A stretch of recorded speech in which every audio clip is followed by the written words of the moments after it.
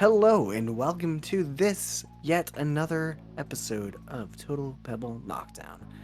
We are your hosts. I am Nathan. And I am Alex. And aren't we so happy? Boy, I'll tell you, I love having this beard. We just did a whole Freaky Friday for We everyone. just, oh, hey, look, we did the role reversal. That was fun. Yeah, look at that. And just, you. How Yeah, unfortunate. it's fun. It's great. Can't wait. You can be part of the Bad Adventures. And for those of you tuning in who have never listened before, I am actually Alex, and that is actually Nathan. Now you're confused. Or was that the Freaky Friday moment? And now everyone's confused and has already clicked off the show. See, the thing Thanks is, for watching. See, the thing is, Alex, is that you kind of wish that we were reversed, because then you could find where your Mad Adventure shirt went. You would have it back. Good point. Good point. Maybe I stole it. Who really knows? All right. So, enough fun. Let's get to the real show. Enough fun. No more podcasts. Bye. Okay, let's stop having fun and get to the actual show, because we know that that's not something we normally do. Alright, so the first thing that we have up on the show is a Discord discussion, which is also sort of timely, surprisingly enough. You might remember, Alex, that a week or two ago, we had a discussion on the show where we were talking about different editions of tabletop games. We were mostly talking about D&D as well as a few others. And we mused a little bit about what we might expect D&D 6e to be. Well, we kind of put the question up there, but I don't think we really had any thoughts on what it might be. Too much, not too concrete. Yeah, we didn't really have any ideas of what we might want to change from 5. I think we were more or less trying to determine, like, if it was going to come out and when. But now, thanks to our Discord channel, we have kind of an answer? Let's see if we can explain this.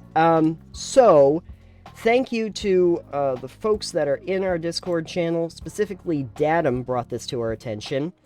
That in 2024, Wizards has announced that there will be a new version of D&D. Now, the thing about it is that that does not necessarily mean we are looking at 6e.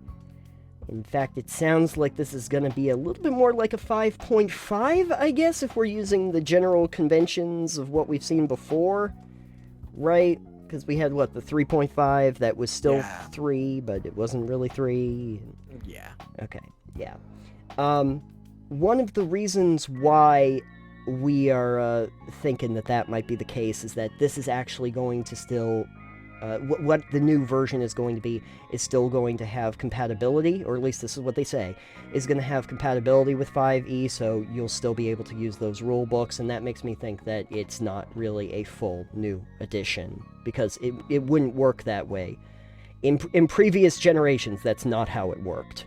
Yeah. 3.5 wasn't too far after 3, but it did change some things. And I think made a bunch of other things better. I'm not entirely sure because I didn't do 3, but... What they said, this originally came up in day 3 of the D&D celebration that they did. So this was streamed on September 26th. And there were some comments, at least in that live stream, where people were wondering about additional rules and adventures that might have been made for 5e, and whether those would be compatible if they have additional rules or subclasses. But, and correct me if I'm wrong, those shouldn't really be affected if they're able to use 5e as a system. Any of the adventures would also be compatible, unless I'm missing something. In theory, I mean, we don't know all of the details, but if it's compatible, they should be relatively easy to use with it. There might be some changes depending on what they do for 5.5, as it were. Right. For whatever this version changes, there may be just like, oh yeah, that functions slightly differently. And then maybe it's like, oh, this mechanic or dungeon had this one gimmick in it that no longer functions the way it was intended. That could definitely happen. Okay. But unless they completely overhaul the rules in such a way that it would change the core gameplay, I don't think it would technically, or rather, I don't think it should ideally really tinker with those too much. Yeah. I mean, I wouldn't assume, like, if you have a base system and you say that you're going to tweak it, like, I guess I'll take it back to 3, because you're probably more familiar with that, 3 and 3.5. Do you know of any cases of an adventure that was built for 3 that was no longer usable when you got to 3.5? I don't know on hand. I don't know any that were built for 3 that could not be used in 3.5. But I also, when I was playing 3.5, I don't think I did any adventure modules. Oh, okay. Okay. Yeah. I mean, there was quite a library, if I remember correctly. Yeah, and I never used any of them.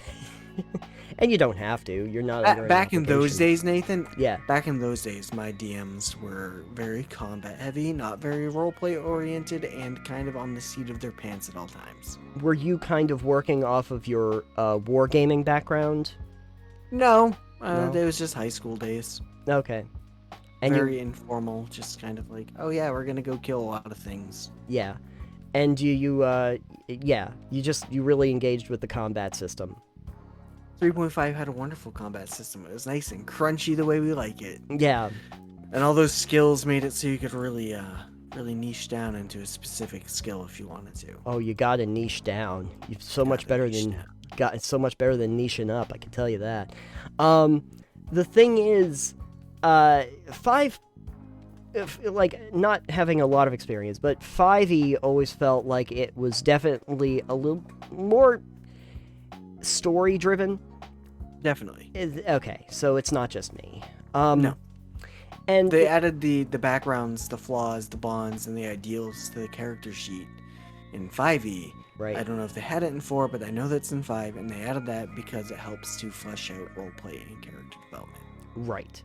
In terms of what they're supposed to be doing for the new edition, which, by the way, is 2024, it's supposed to be coming out, we don't really know exactly what the modifications to this system are going to be, but according to executive producer Ray Winninger, hope I'm saying that right, when he was talking at the panel, they are working on basing this off of community feedback.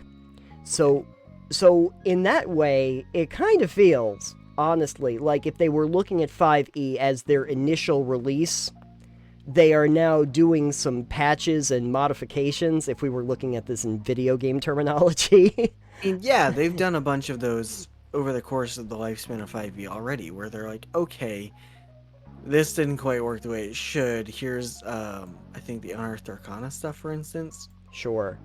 And it's just the FAQs generally that they put out for things like that are, hey, this isn't working the way it was supposed to, and this works this way, not the way it is in the book, so use this. Right. Kind of deal. Right. So I know they put one of those out for the Ranger, I believe, in 5e. Okay. Because as written in the book, it's like, oh, the Ranger is really underperforming, I believe is what it was, compared to other classes. So they're like, let's do some quick changes. This is the difference between buffing and nerfing your classing, essentially. So they needed to buff the Ranger. Yeah, they need to make him more compatible? Not compatible. More on par. Yeah, they had to get him up to a level where the other classes were. He was underpowered. I think he was the least played, perhaps. Okay. Could probably look it up. Yeah. We probably could. But anyway, in 2024, That'll be a Friday follow-up. Remember when we talked about the Ranger? Remember that Ranger thing that we did once upon a time? Yeah, like they said they didn't really say that this was 6e. This is not really supposed to be that, but then again, it doesn't really seem like it's a whole new version, and it probably, the reason why they don't have a big interest in doing a 6e right now is because 5e really has reinvigorated Dungeons and Dragons. Yeah. in the mainstream where, especially with the amount of streaming and the mainstream appeal, especially that it's gotten recently, has been off of 5e because it's more accessible and it plays better, especially if you're in front of an audience. And I doubt that they want to really risk changing that, because if they came out with a new version, then they are indeed doing that. If it ain't broke, don't fix it. Except, of course, for the things that they'd like to fix based on community feedback here. Right. Here. If it ain't broke, don't fix it unless the community says you need to change things, and then you fix it. Then you fix it. Basically, don't reinvent the wheel, but you can put some nice, like, rhinestones on the wheel and make Yeah, it you can put some baseball cards that hook to the spokes. Yeah, that's perfectly fine. Yeah, it's a feature. Yeah, you bling out your wheel, and then you've reinvented the wheel. You don't have to reinvent the basic mechanics of it, but you can really shine it up quite nicely. So that looks like what they're doing. One of the things that we experienced in the Discord as a discussion, because that is what this segment is called, was a little back and forth we were getting from people that were talking about all the 5e that they actually bought, but in some ways did not play. Helicity had made mention that owns a lot of 5e, probably will never run it, may just pass whatever this will be up entirely. And Datum, again, who shared the original post, said passed almost all of 5e, did buy Ravenloft, might convert it to another system. There are just so many better systems out there. Wish they could get some real leverage in the market. And I think one of the more interesting comments I saw was actually from Helicity, where Helicity said, there's nothing wrong with 5e, it's just really, really safe, and that makes it so bland.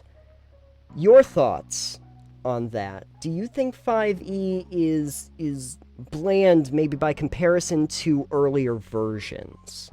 Earlier versions or other RPG systems? Well, I mean, I suppose both.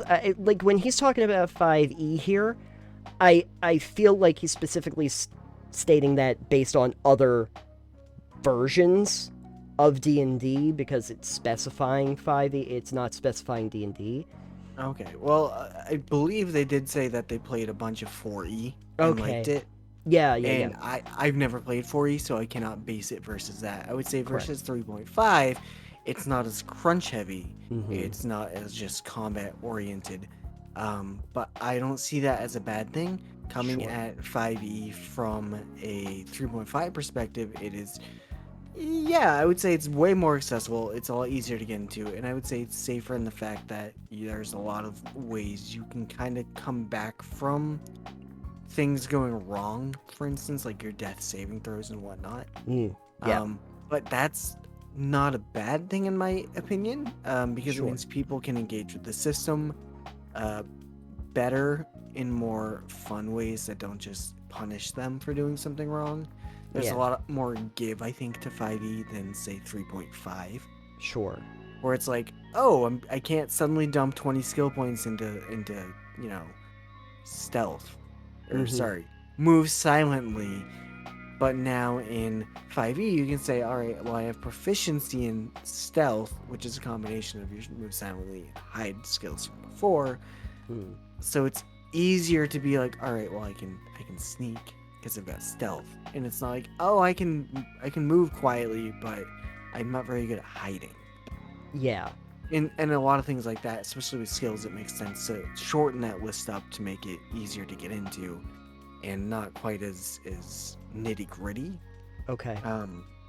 As far as safe, yeah, I think 5e would generally be a bit safer than some other systems, whether that comes in the fact that it's not as deadly because of the aforementioned reasons I said, or because it's just a lot more in tune with the role playing. And by a lot more in tune, I don't mean that it really is emphasizing it heavily, but it does emphasize it more. I think it's also safer in that it is easier to introduce to newer players, and that makes it a safer bet for them to probably want to play it. Right. it's less likely, I think, to intimidate people as much. Yeah. The accessibility factor, I feel, by its very nature, may make things feel a little bland and safe, only because it's trying to make it more accessible to a wider audience. If you had a very rigid system that was very mechanics heavy, it definitely wouldn't feel bland to somebody who's, like, adept at role-playing games. But it would be much harder to introduce people to. And I think it would be a lot harder to explain, especially to an audience, because I think 5e works really well as an audience-driven sort of role-playing game, which is why you see it so much on stream. It's used very well so that an audience that's even just watching passively can understand the rules pretty well. It's all presented pretty straightforward. It would be a little hard, I think, if, like, go back to the wargaming times, to explain to people Warhammer on the map while they're watching. I don't know if there's many or any Warhammer streams, for instance, and I'm No. pretty sure if there were any right now, think so. that Games Workshop would probably DMCA the shit out of you. Possibly. Because we That's need a to whole do that thing. topic at some point. But Later. If you were to stream like Warhammer, I think the only people who would be watching that would be other people who play Warhammer. Yeah. Yeah. Because there's no sitting down and watching a Warhammer stream and understanding any of what's going on Right. without a foreknowledge of the rules to play the game itself. Right. And I guess I would also say that 5e, from my experience playing it, is really the safeness or the blandness of it is also determinant on the group that you are running it with and how you are actually utilizing the system. There are deeper mechanics that you could get into. There's nitty-gritty underneath if you really want it, but it's not necessary in order to play the game. I don't really need to know about, like, do I have the necessary components to cast a spell? Most people gloss over all of that. Do I have tremor sense, and what does that... Like, it's there, you can utilize it, but you probably don't need to, except in very specified cases. So, I'm going to make a prediction here. Predictions. That a lot of the community-based stuff is based on accessibility issues for people who are not necessarily adept at role-playing. That and then probably some balance issues. There's probably some crunchy issues about that from longtime players, and I imagine that the community feedback from a lot of new players, since the community has grown exponentially in the last few years, about things that would be beneficial to new players as well. I think that that's what you're going to see. But yeah, you're right. For the old hats, there's some balance issues I'm sure they're going to be looking at too.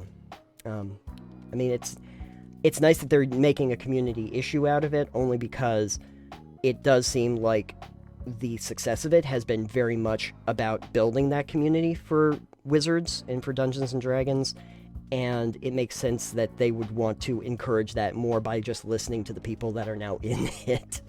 Right. Instead of just making unilateral decisions.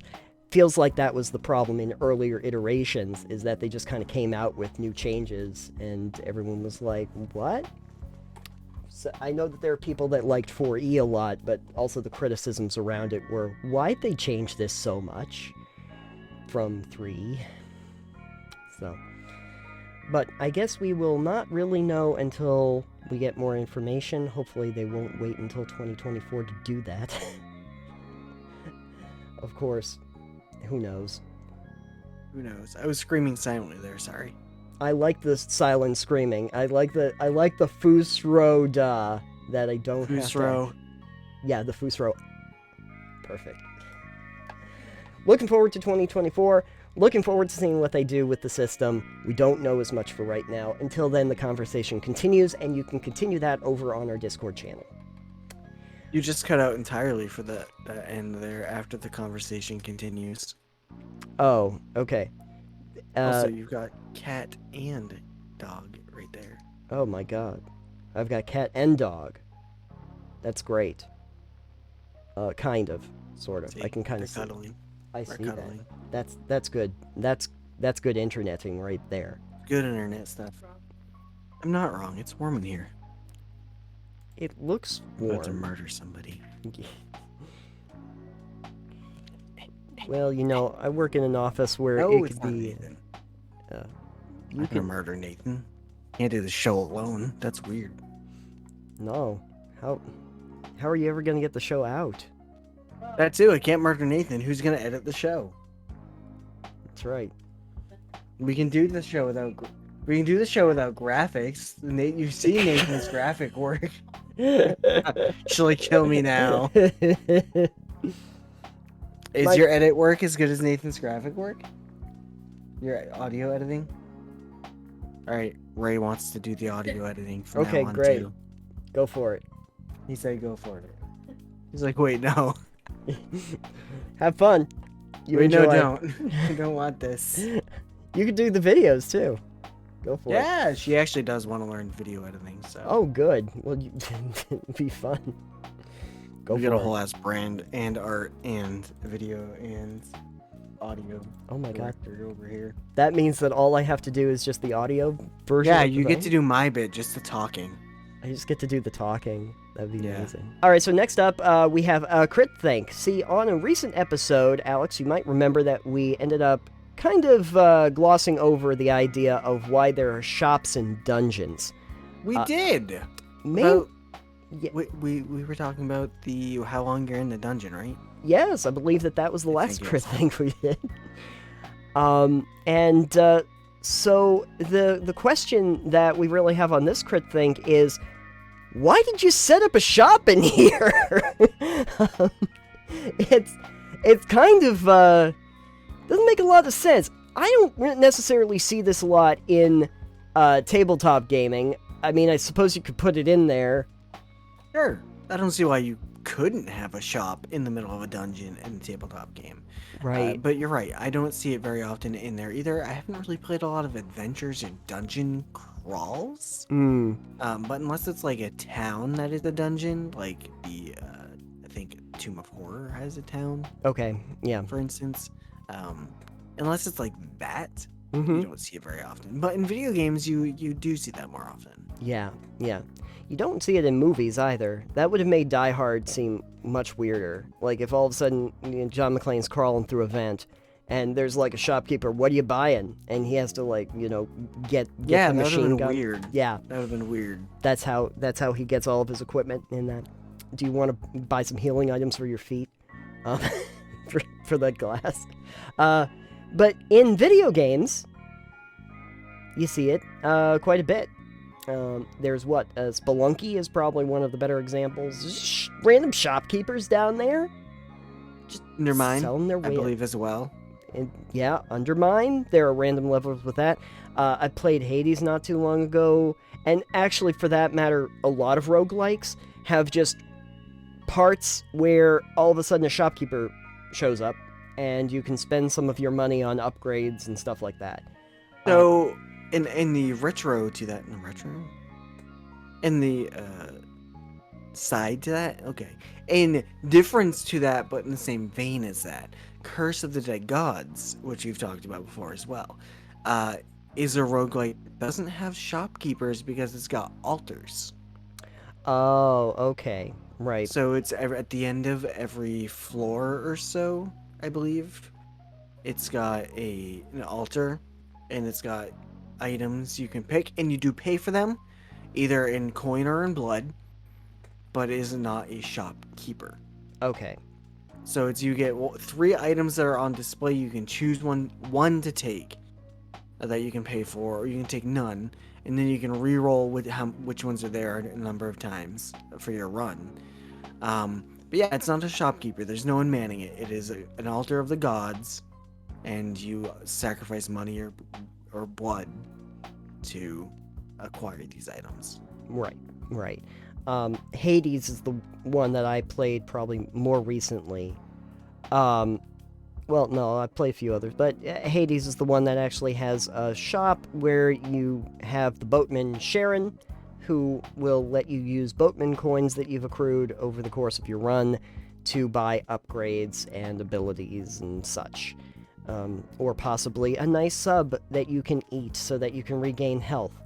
More on that later.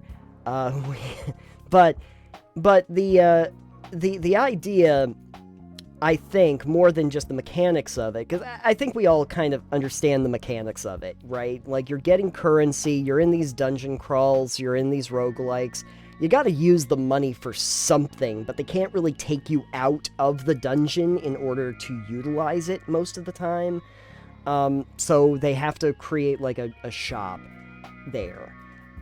What I'm more interested in is the justification in world of why. Like, Sharon is the boatman. Why does Sharon just show up in the middle of He's got a boat full of goods from all the dead that he ferries. Okay, I mean, I guess I could but why show up at specific locations, right? Like, because boats have to find a port, Nathan. I'm on a boat. I'm on a boat. Take a good hard look. Okay, so that might explain Sharon. Yeah, that explains the ferryman of the River Styx. He's on the River Styx. There are ports, or there are docks. Or they're docks, right? Right. Okay. Well, that might explain Sharon, but now, the altars, that actually seems somewhat self-explanatory. Yeah, I mean, you're in a temple. You're in a So temple. They're going to be altars. They're Those gonna are be those altars. lore-wise, it would make sense. There are altars to make offerings to the gods. Okay. So we're good there. Okay. Spelunky. I've never played Spelunky. Okay. Well, I've played some Spelunky. And I can tell you that there's levels as you're going through the mines. Spelunking through the mines. Delving. You're delving through the mines, yeah. Basically, we take the cover from the original, and you put that there, that's the game. But the shopkeeper is just around. Like, the shopkeeper has set up shop in the middle of the mine. For reasons. No one knows what reasons. How did he get there? Exactly. How did he get there? More importantly, the shopkeeper, there's different shopkeepers. I mean, they all look the same. Oh. But if you kill the shopkeeper in one level, there's a new shopkeeper. There's like another shopkeeper later. Do you get anything if you kill the shopkeeper? I mean, whatever they had there at that time. Like the items that were on sale, you could just loot all of those. But the shopkeeper, the second you try to take something or attack the shopkeeper in that, gets out a shotgun and starts just shooting you. No, it's you. Now here's the thing though. If you pull this trick a few times, the shopkeepers will instantly become like super aggressive towards you the second you walk into the shop and just start trying to murder you. So Alright then. So I was going to ask if you could just go through the game killing all the shopkeepers, but I guess that's probably no. It would be hard, because it gets increasingly difficult. But, so, what we've learned from this whole experience is, one, a bunch of shopkeepers thought it was a good idea to set up shop in a mine where there's literally like one person that travels this mine. And two, they also have a network where they are able to communicate with each other that, hey, be on the lookout for this murderous adventure that is going through these mines in that period. It's a bad economy. I gotta be honest with you. So why did they set up their shops in the mines? I have no idea. That sounds dangerous. Yeah, it does. And Especially with crazed madmen going around killing all the shopkeepers. Yeah. Apparently this happens quite a bit. And also, that's not good real estate. I think this is where I get into the biggest problem when it comes to shopkeeping. So if you figure, let's just think about general business. Location, right? Like, it's always about trying to find a good spot to put your business where you're going to get a lot of foot traffic. Mines and dungeons are not that. Well, I suppose the question really should then become, who are they actually trying to sell to? Are they trying to sell to the people that come down, the adventurers that you're playing? Or are they trying to sell to the monsters that inhabit the mine or the dungeons? Because if their clientele happens to be the monsters in the dungeons mines, then perhaps they actually have a great idea to be setting up there. But then wouldn't their items be more akin for the monsters than for the adventurers? Or thought the items that they give to you are specifically for the adventurers, and then when you're not there and the monsters come by, new items come onto the shelf. Well, sure, and the thing there is they can easily acquire these goods from the monsters, to sell to the adventurers from the monsters that have killed people to get these goods. So the question is now, if that's their business model, what are they giving the monsters? Oh, yeah, probably the bones of adventurers that have died in the mines before. Well, the monsters get those from killing them. I assume they're providing locations and names for the monsters to go out to and murder and slaughter. And maps. And Maps, yeah. Traps. They could sell traps. Kobolds would love that. They'd be dead. They'd all, yeah. Or, if you had a shopkeeper that actually was kind of rooting for the adventurers to come and destroy the monsters, you could give them faulty traps, because they're not going to test them in the store, right? How many kobolds are going to think to themselves, yeah, you know what I really want to do? I'm going to test these traps in the store. No, just buy trap. You need to buy the trap. That seems like a great side hustle. I mean, one thing I will give them for the shopkeepers is the benefit of setting up in a mine or dungeons and stuff like that is your overhead is very low. Yeah, no, there's no real estate costs there. Dig a hole in the ground and then set a shop up. Yeah, just make sure that it's a place with enough monsters that people will want to come down there. Do that, but also, like we were just saying, like, what is your inventory going to cost? Right? I mean, you're just basically looting monster bodies, or just like making some maps or reusing traps. These are just like broken traps. Just grab the traps from the mine, sell them to the monsters, and they'll just use them again, and you make profit. It's all scavenging at that point. You're not really buying specific products, I can see maybe like health potions, but I would think health potions you just scavenge from the mines too. Sure. No one drinks them anyways. No one bothers to actually drink them. In the meantime, there was the other thing too. I don't know how much you played like Dark Souls, but yeah, but in Souls-likes, sometimes they will actually have they'll have shopkeepers, but they'll be just somewhere in the middle of like the castles and stuff. And I kind of get that more because you figure that there's going to be a lot of people in the castles, but they're sometimes in like really like out there locations, like just under a staircase. I had a smith that was like just under a staircase before you go into this room where there's a giant like four-legged demon that tries to just instantly kill you. And I was like, this is a terrible location under a staircase at the bottom of this long contraption before I go into a room where there's just a giant monster. Or maybe it's brilliant because all the adventurers that come through go and buy your stuff or upgrade their stuff, then they die, and then you just go and snag it later and then sell it back to them. That explains why he's got so much stuff. That's why he has so much stuff. That's actually really good. Maybe some of these shopkeepers have an idea. Maybe they have an idea or two. They have exactly two ideas. Sell to the adventurers and sell to the monsters that are in the dungeon. You get perfect. You get two different streams of revenue here. This is a really interesting idea. Okay. So why do you think we don't see this in tabletop gaming? Like, why haven't people thought to put this into tabletop? I don't see it in, like, adventure modules. I've never heard of it. I've never really seen a GM run it that way, where all of a sudden there's a "what are you buying, dude?" that's in the that's in the Resident Evil, like after the giant fish monster. Yeah, hi, I've been traveling along the street, just saw that you dealt with that fish monster. Want to buy a gun? No, I needed it back there. I needed it there, please. So why doesn't it really show up in tabletop gaming? That's a really good question, and it probably goes into the same question we asked before about who the hell designs these dungeons. In some cases, it is the people that make the modules. In some cases, it's the people that are running the game, if you're doing a homebrew.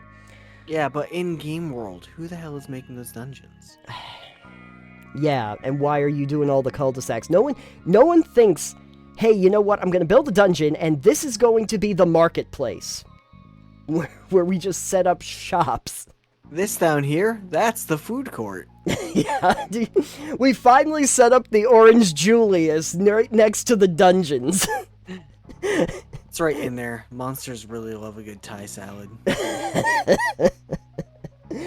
Yes, they do. There's the episode title. So monsters really do love... The episode title is just Kobolds really love Thai salads. Yeah, Kobolds really love Thai salads. Perfect. Encapsulates the whole thing.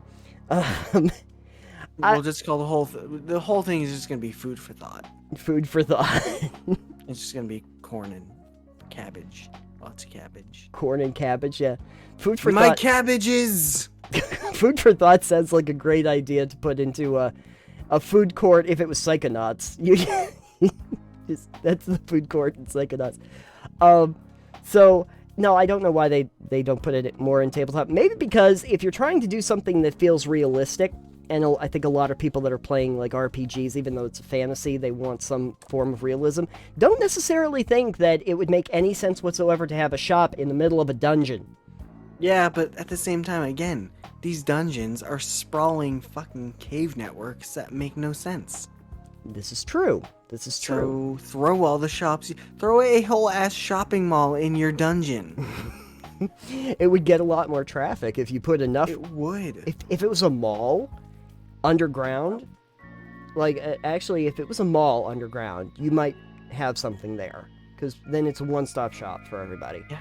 Yeah. Or we're just gonna go ahead. We're just gonna make a shopping mall as the dungeon, like we said before. Yeah. Yeah. A shopping mall dungeon would be amazing. And then you can have a monster boutique. A monster boutique? Yeah. Okay. Finely crafted monsters and machinations for your... And then you can have like a monster arena in there where the monsters get one side of the dungeon is a mall for them and the other side is a mall for the adventurers, and you can fight to the death in the pit in the middle, and then they're taking bets out front. Solid business model. Solid business model. You know, I really think that there's a market there for, like, if they made a paintball course in the middle of the dungeon for the monsters and the adventure, because then they don't kill each other and they'll come back for more. It's more repeat business. Or they could just kill each other and then you get more people to come for the blood money. This dungeon is turning out to be a dystopic hellscape in itself. Every episode's gonna have hellscape in it. It all has a hexscape. It's a hexscape now. It's all hexscape. That's the favorite thing now, because my son called it hexscape instead of hellscape. Yeah, exactly. Every time I hear hexscape, though, I think it's like a six-sided plane of existence. We need to do a merch design. It's just like it'll be something with a hexscape. Oh, well, I mean, we can kind of keep the die because it's already six sides, right? Yeah. And we just call it hex. Instead of time, we can be like, it's time to escape, but it'll be time to hexscape. Hexscape the dungeon. That's exactly what we're gonna do. Now, if you don't have a collection of merchants that could build a mall, though, in the dungeon, I would normally think that the smartest thing to do would be to build your shop outside the dungeon, like at the dungeon entrance, before the adventurers go down into it, because it becomes ultimately harder to find the Just build a shop. toll booth. Toll booth! Perfect! You don't even need product at that point. Yeah, it's like you have $15 per person to go in the dungeon. Yeah, exactly. Oh, You charge admission to the dungeon. There should be admission to the dungeon. Oh, I think they did that in Rogue Legacy. You have to pay a certain amount of money to go back into the dungeon. So, to go back in. So, you really find that you're not really making much progress if you only get so much gold. Like 100 gold or something. You know what you really need to do is outside the dungeons just sell life insurance. Oh, yeah. And then just never pay it out. Well, you don't have to. Who are you going to pay it to? Exactly. It's like, oh yeah, you died. No, you're not actually. It's like life insurance. It's like, we'll bring you back to life insurance. Yeah, it's basically the necromancer. Yeah, has except shop. they don't. They just take your money. Or the cleric. Or they don't specify it, and in small print on the contract it says, as an undead minion. Yeah. That would be a great business model, though, for necromancers, actually, is just like, it's cheap resurrection, but you are my undead servant. Yeah. If I ever play a game where I get to be a necromancer, I'm going to pull that as a racket. Be like, yeah, I want to build a It's shop. a good racket. Yeah. Like, a shop for what? I'd be like, life insurance. So like, what? I'm like, yeah, in the contract, I'm gonna write this up really nice and neat so people barely notice this, but it's gonna be like, I'll bring you back to life for a fee if you die, but you'll be an undead minion of mine. Yeah. So people are paying me to be my minion at that point. Yeah. Now you set that outside the dungeon before they go in. And that's how you raise your undead army to take over the town. Yeah. Or, even better, you just raise them up, and now they're the monsters in there. So that the Even next more fun. the next ones that come through die, then you resurrect them, and it gets increasingly harder and harder to get through that dungeon. And you just tell people that I put a treasure at the very back of that long cave system. That's why they built it that way. So with the winding, stupid cave system. It's because he's like, okay, there's a treasure chest somewhere in the back. It's like a maze. It's like a corn maze, but underground with a lot of undead minions that he raised from scratch. This is a great idea for an adventure, folks. So I think we figured out the reason why you build a market in the dungeon. Yeah, to sell to zombies. Yeah. To sell to zombies. Okay. So that's great. Okay. But that actually leaves me with a question that I want to give to everybody else, which is, what would you sell to a monster if you were a shopkeeper? Because if that really is the case where, they're trying to sell to the monsters in the actual dungeon, how would you do that? Could you set that up as a mechanic? Mechanic to sell things to monsters? Yeah. What's the thing behind that? Is there actually a mechanic that can be put into place to sell items to monsters? I think it's just called bartering. It's just called bartering? Yeah. Thanks for ruining the magic. Yeah. Find a better question. Okay, fine. I'll find The better question is, what would you sell to monsters if you had a shop in a dungeon? That's a better question. Okay. What would you sell to monsters? I don't know. That's up to you. We're going to pass the question on to you now. What would you sell to monsters if you ran a shop in a dungeon? That's a very specific question. I like those. And that actually leads us to our very last topic of the episode. One more thing that we need to take care of. We were just talking about shops and shopkeepers and eating random food that they sell you in a dungeon. And now we wanted to ask about the whole mechanic that you see in video games where eating heals you. You eat food and you gain life points back. Because I don't know about you, Alex, but I've never experienced that in the real world. Have you ever lost life points in the real world? Good point. But I never. But here's the thing. What I mean is, I've never suffered a scratch or a cut or something like that and said, okay, now the way I'm going to deal with this, I will eat food and it will heal the cut. It will heal the damage. It'll stop my bleeding. It will stop the bleeding. I have lost my hand. I'm bleeding profusely. Sweet roll time. Better. All set. Everything's all better when you eat sweet rolls, Nathan. That's what Skyrim taught me. If you have to deal with a dragon, just go into the menu for a minute, eat 100 sweet rolls, and you're back in fighting shape, baby. Yeah, instantaneous health gain. Exactly. You never have to worry about that game as long as you just stack up on sweet rolls. Getting burned alive? Why not eat some sweet rolls? Exactly, absolutely. And the great thing about those RPGs, too, is that you never gain weight. No caloric intake. They don't have those mechanics in there. No, it's not like San Andreas, where if you ate too much, your character would get a little biggie, get a little chunky. Yeah, I do have to say, like, that was a very interesting mechanic, just because it's like, it kind of makes sense. I just downed like 500 hamburgers so that I could regain some life. Or in like Fable. Oh yeah, that happened too. Yeah, and you eat a lot. But now see, the weird thing about Fable, I don't know how much you remember about Fable, but if you're eating fatty foods, like the meat and stuff, you start getting a little belly going on. You get big, chunky. But if you eat carrots, you get thinner. Thought you were gonna say you turn orange, which would have been fantastic, honestly. I really would have loved that. But no, if you eat healthy foods, you get thinner by eating more. There's no point where if you just don't eat for a long period of time, you like get thinner. I don't remember that mechanic. It was mostly like, what kind of foods are you eating? Some make you thinner, some make you fatter. This is what happens in that game. It doesn't quite make sense. Because caloric intake would be caloric intake. At least in San Andreas, it was either you eat or you're not eating. And that determines it. And then if you work out, you lose weight. Work out, you gain muscle mass too. Yeah, you get thinner, but you also bulk up. Yeah, you bulk up. But, so there's so we were saying that in Skyrim and other games, video games, RPGs and stuff, you tend to have food products and stuff that makes you gain hit points back. And even in the game that Ray and I have been playing lately, which is New World, by the way.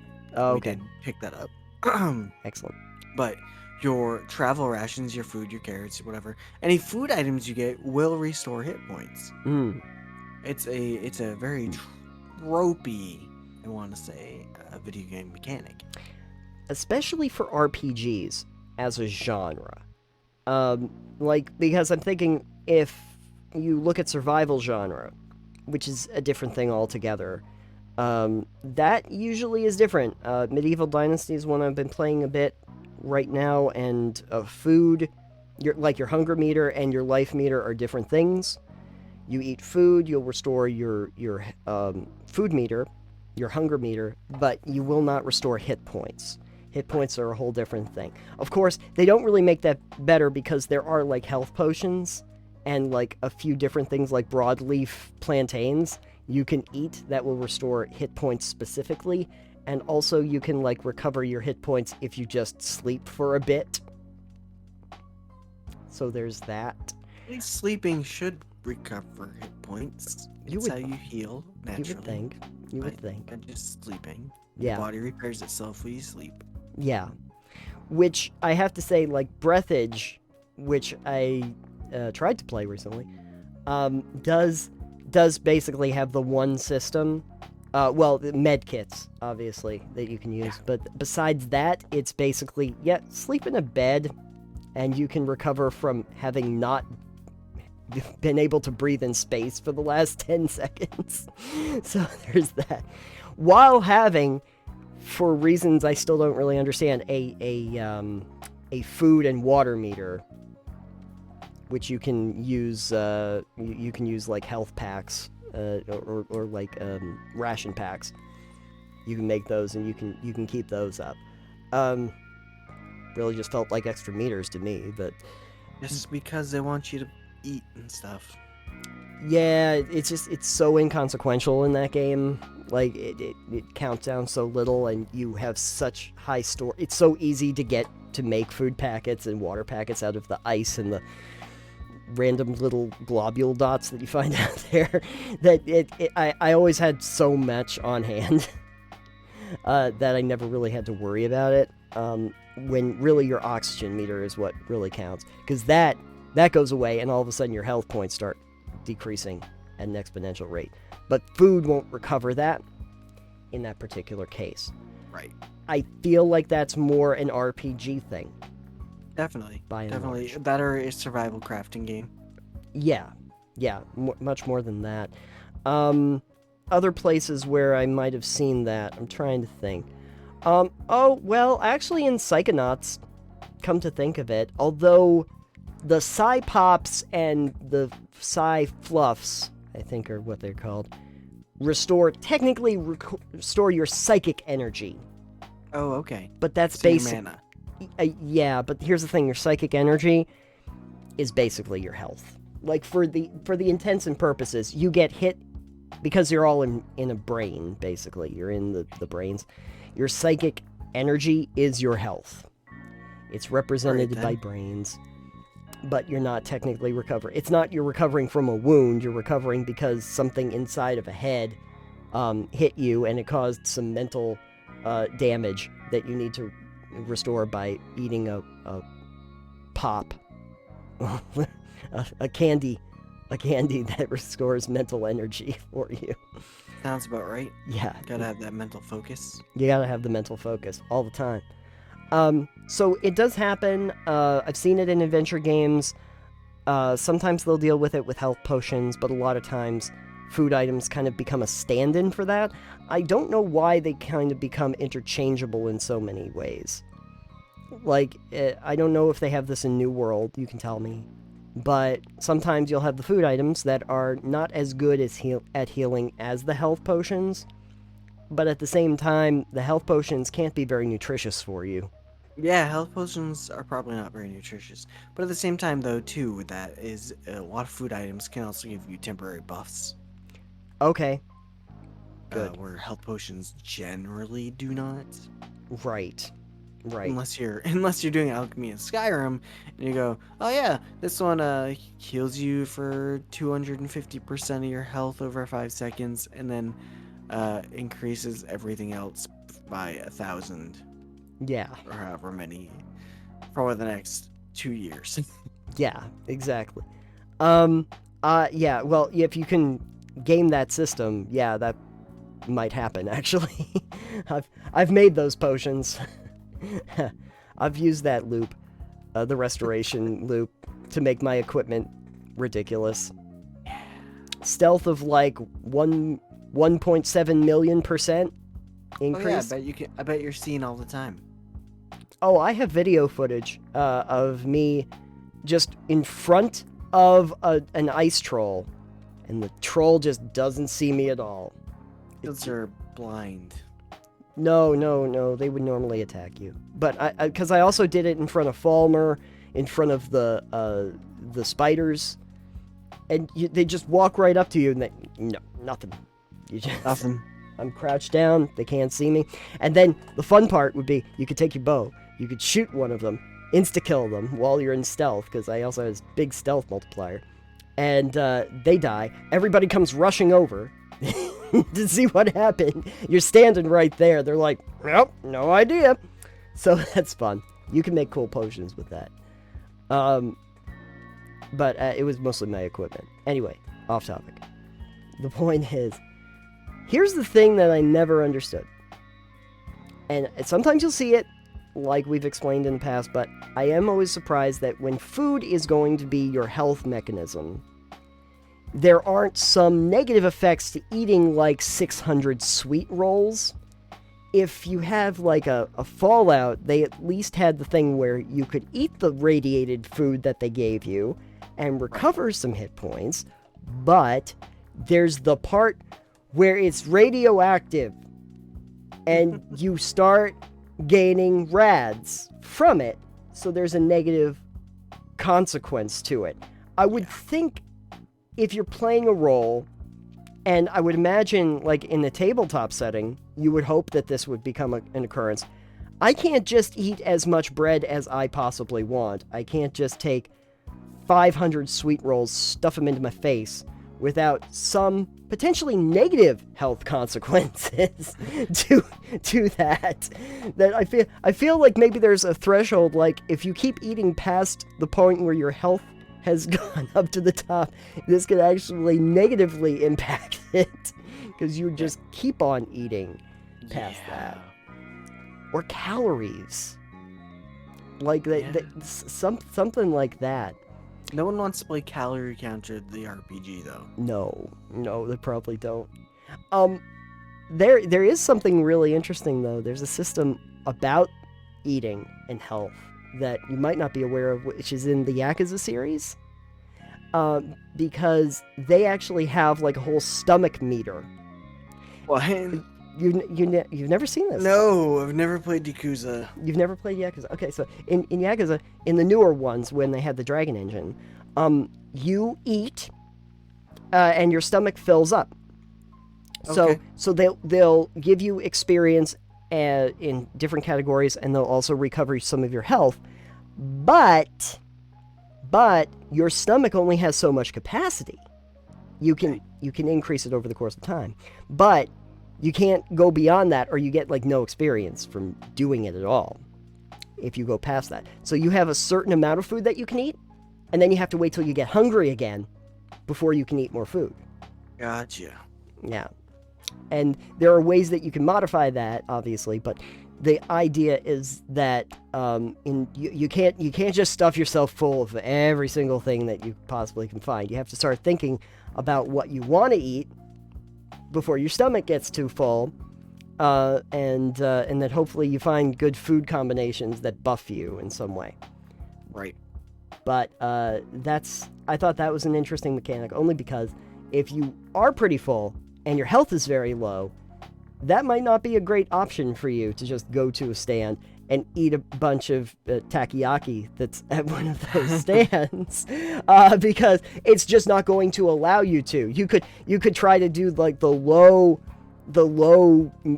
food index items like drinks, but then it's like the beers and stuff, and now I can't walk straight.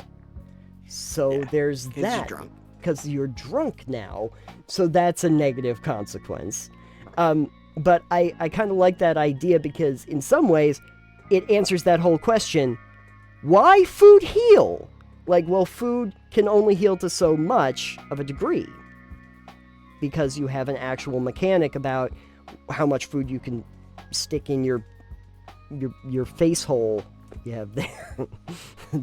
The good old face hole you got going on. You can only hold so much food in that belly. You can only hold so much food in that belly before it bursts. Yeah, so I guess the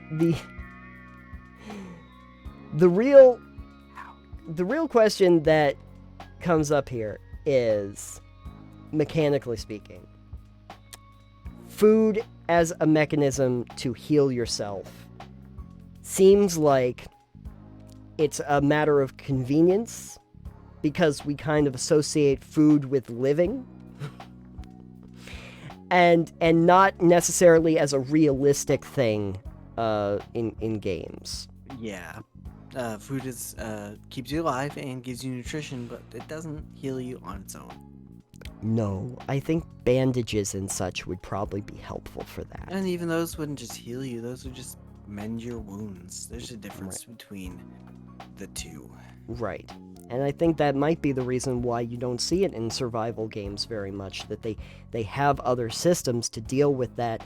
There's one that I haven't played, but I want to say it was Green Hell, that looked kind of interesting. But that's where you're like out in the middle of a jungle, and therein though, that gets real intense, because it's like something bites you, you get a cut on your leg, now I gotta get a salve, I gotta wrap it, and you have to take time to recover from every little wound and bite that you get when you are out there. And I think to some people that's really exciting. Other people are going to be going, can I just eat a sub? and make it go away, it's not fun for me. It's not that kind of game. RPGs, I don't really think are supposed to be that kind of a game. No, not generally speaking. Not as a general rule. I think if they implemented stuff like that into like a Skyrim, people would be unhappy. Yeah, probably. You could make a survival version of Skyrim. Oh my god, could you imagine? Oh, you can. 100%. Yeah. Fallout as well. Oh yeah, you can. Don't do it like the one stat challenge I tried. You will not have a good day. No, that was terrible. That was a really bad that. idea. Yeah. It's just die, die, die all day long. You don't have to worry about eating anything because you can die in one hit, so it doesn't matter. Right. Yeah, exactly. Fun question for you. We're going to try doing a fun thing now. Fun question. If you had suffered a grievous wound and somebody told you that there was a food that you could eat that would recover, that would let you recover from it, what food would you want that to be? What food would I want that to be? Maybe like a stuffed mushroom or something. Ooh, that sounds good. Yeah, because A, I would love that. Yeah. And B, it's not entirely unhealthy. No. So... Yeah. See, I keep thinking to myself, maybe a fruit roll-up, only because I'd probably use that as a bandage instead. Oh, there you go. Instead, it's like food as a bandage. I mean, in that case, just go with seaweed. Yeah, just go with seaweed. That would actually be a really good idea. You could do that in the game. Yeah, I see it a lot. I think the other unrealistic aspect to that too is if we're looking at something like a Skyrim or a Fallout, is the idea that you pause the action entirely. And you just go into your menu. It's like, yeah, hold up 1 second. We're just hold up while I eat these 600 loaves of bread. I gotta get these loaves of bread in me. Just wait 1 second. There's a meme somewhere. It's like, oh yeah, the dragon. Or Fallout, and it's like, hold while you eat these 600 cabbages. Yeah, and then just okay, I'm ready. I'm back in. I watched this madman eat 500 cabbages right in front of me. Yeah. I was almost going to win that fight, and then somehow he recovered all of his hit points back. I don't know how that happened. It's very weird, this world that we've created. So, looking forward to making a new RPG that has like realistic health and food mechanics in it. No one will. We're gonna call that Nutrition Quest. Nutrition Quest? Yeah. Dietitian Simulator. No, Nutrition Quest. Nutrition Quest. Excellent. A quest for the feast. A quest for the feast. Quest Fest. Yeah, exactly. A cornucopia of questing. There you go. Perfect. And a cornucopia of festing. A cornucopia of festing. Perfect. Perfect for your Thanksgiving holiday season. Yes. So, at any rate, so I would pass this on to all of you if you want to continue the conversation. How do you feel about using food as a mechanic to heal yourself? And do you have examples of games that we did not talk about here that utilize that in an interesting way? I'd be interested to know, and you can hit us up either on our socials, or you can go over to our Discord channel and check us out there. Yes, you can. Excellent. Okay, so let's just recap what we did today. We talked about shopping, eating, and more 5e. One of these things didn't work with the other. No, one of these things is not like the other. One of these things is D&D. One of these things is D&D, and the other two are about stuff. They're about eating and shopping. Food courts and shopping malls. Food courts and shopping malls, and they go together just like food courts and shopping malls. They go together like a McDonald's and Sbarro. Oh. Okay, so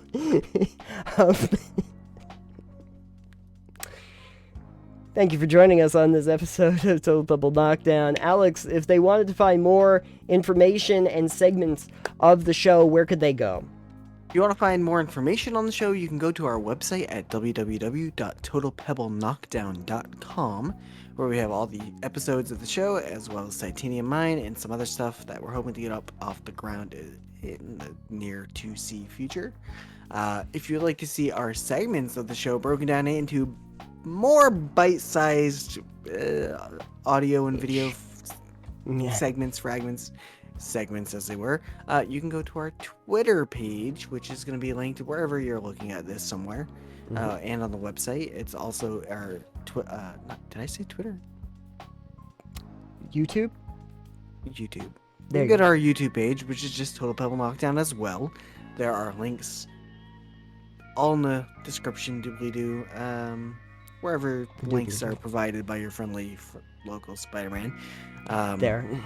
And down below in the videos, so. And down below in the videos if you're watching them, which you shouldn't need a link to find. You're already here.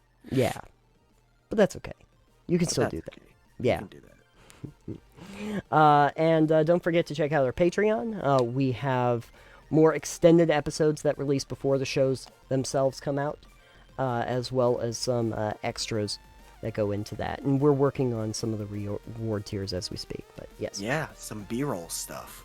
Yes, B-roll stuff. The 30 minutes before we get into the episode.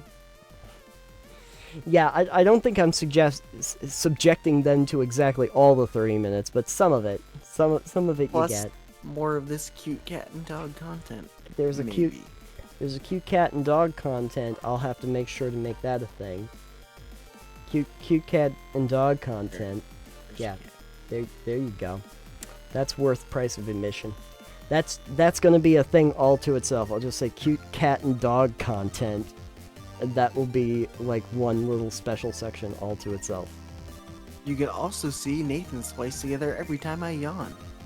Yeah, that's also a fun thing to do. Yeah, I'm totally doing that. And as always, thank you for knocking down the pebbles with us.